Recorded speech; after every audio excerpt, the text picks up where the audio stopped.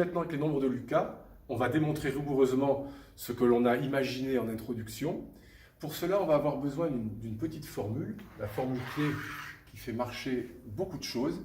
C'est la formule Lm, L indice m plus n égale Lm plus 1 Fn plus Lm Fn moins 1. Alors, comme on l'a vu tout à l'heure, pour la suite de Fibonacci, mais c'est pareil pour toutes les suites de notre espace vectoriel grand F, on a Ln plus 1 Ln qui est égal à C puissance n L1 L0 avec C puissance n qui est égal à cette matrice.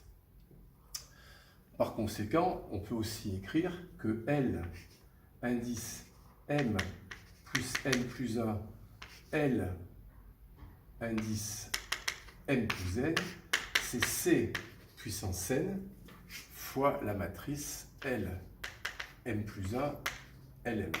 C'est-à-dire Fn plus 1 Fn, Fn, Fn moins 1, Lm plus 1, Lm. Et par identification, si on prend la deuxième composante du vecteur colonne, on a Lm plus n égale Fn Lm plus 1 plus Fn moins 1 Lm.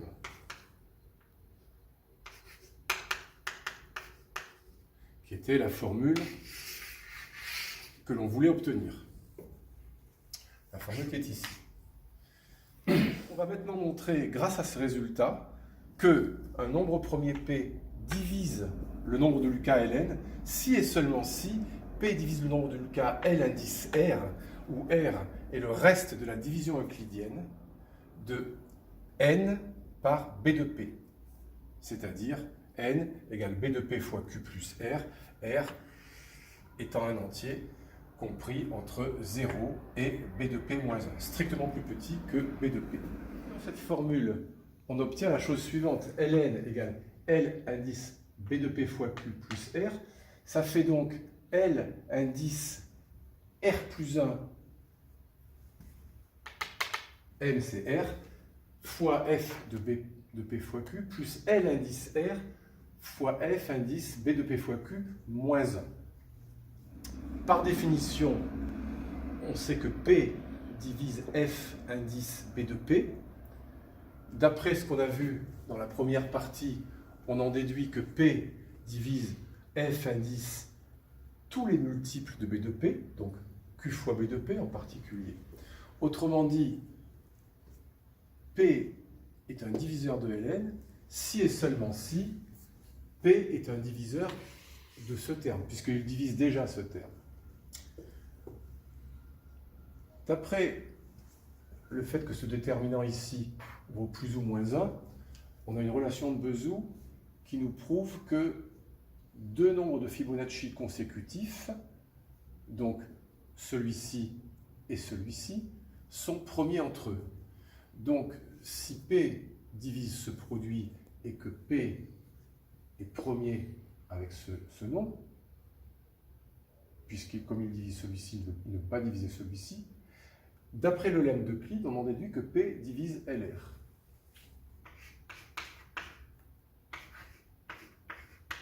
Et donc, on a bien démontré le résultat qui était annoncé.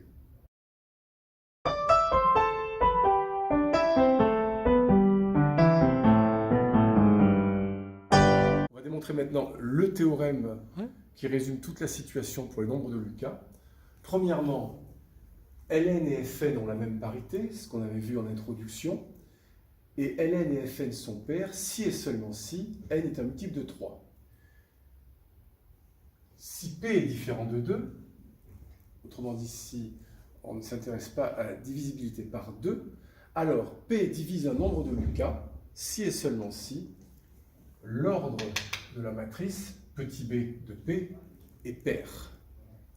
Et donc, en vertu de ce théorème, bien entendu, on comprend pourquoi on n'a jamais trouvé de multiple de 5 dans les premiers termes de la suite de Lucas. B de 5, on l'avait vu ici, était un nombre impair, puisque petit b de 5, l'ordre de la matrice, est 5, qui est impair. Donc, d'après ce théorème, P5 ne divisera jamais un nombre de Lucas. Alors, On va montrer en fait que Ln et Fn ont même parité, et la conclusion sera immédiate avec ce qu'on a vu tout à l'heure. Alors, pourquoi Ln et Fn ont même parité? Parce que la suite Ln moins Fn démarre par L0 moins F0, c'est-à-dire 2 moins 0, qui est congru à 0 modulo 2, et que L1 moins F1 est égal à 0, 1 moins 1, c'est donc également congru à 0 modulo 2. Autrement dit, la suite Ln moins Fn, qui est une suite de notre espace vectoriel, puisque c'est la différence de deux suites de l'espace, elle vérifie la même relation de récurrence. Partant de 0, 0, on obtiendra toujours 0. Et comme on a vu en première partie que notre suite Fn, qu'un nombre Fn est divisible par 2 si elle était multiple de 3, on en déduit que c'est la même chose pour Ln. Deuxièmement, si on choisit P différent de 2, alors on a une équivalence à montrer. Alors on va démontrer cette équivalence en deux temps. Premier temps, P divise Ln, ça entraîne, d'après le résultat qui est ici, que P divise Lr. On en déduit que P divise Lr fois Fr. Alors Lr fois Fr, c'est égal à F indice 2R. Ça, c'est une relation générale entre les nombres de Lucas et Fibonacci. F2n, c'est ln-Fn. Donc, pour démontrer ce théorème, dans sa partie 2, on va utiliser deux fois la formule qui est ici, à savoir que pour tout entier naturel n, f indice 2n est égal à fn ln. Bon, ça se démontre très rapidement en revenant aux formules de Binet. Les formules de Binet, elles nous disent que, en appelant phi le nombre d'or et phi prime le conjugué du nombre d'or, si j'ose dire, on a phi moins phi prime fn qui est égal à phi puissance n moins phi prime puissance n, et ln qui est égal à phi puissance n plus phi prime puissance n. Quand on multiplie membre à membre ces deux inégalités, on obtient phi moins phi prime fn ln égale, identité remarquable, phi puissance 2n moins phi prime puissance 2n, c'est-à-dire par définition phi moins phi prime f indice 2n. Et en simplifiant par phi moins phi prime qui n'est pas nul, il reste bien f indice 2n égale fn ln. Si P divise f de R, f indice 2R, on en déduit, d'après la première partie, que 2R est un multiple de l'ordre de la matrice petit b de P. Donc ça entraîne que 2R égale k fois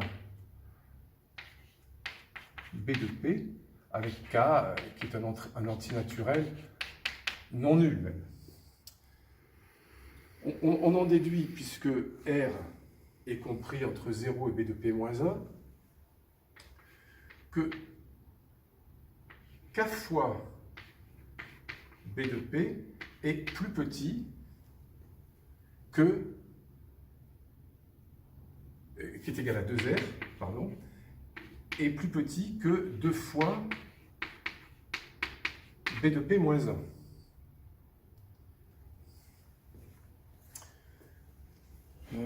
C'est-à-dire c'est strictement inférieur ou égal à 2b de P. Donc quand on compare ça et ça, on en déduit que k vaut soit 0, soit 1, et comme on a pris k non nul, k vaut nécessairement 1,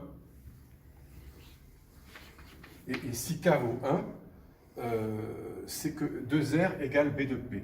Donc, k égale 1, donc b de P égale 2R, qui est bien un nombre pair, c'est ce qu'on voulait démontrer. Implication réciproque, supposons que b de P soit pair, donc b de P, je peux l'écrire sous la forme 2n, où elle est un entier. Par définition, on a P qui divise f indice b de P, c'est-à-dire P qui divise f indice 2m, mais f indice 2m, on l'a dit à l'instant, c'est fm LM. Alors, est-ce que P peut diviser Fm? Non. Par définition de B de P qui vaut 2m, B de P est le plus petit entier naturel non nul, tel que P divise F, indice cet entier. Donc P ne divise pas. Comme P ne divise pas Fm et qu'il est premier, d'après le lemme d'Euclide, on en déduit que P divise Lm. Et donc on a bien trouvé que P divisait un nombre de Lucas, qui est le nombre Lm, m étant la moitié de B de P. Donc on a notre théorème. Quand P est différent de 2, il divise le nombre de Lucas si et seulement si petit b de P est pair.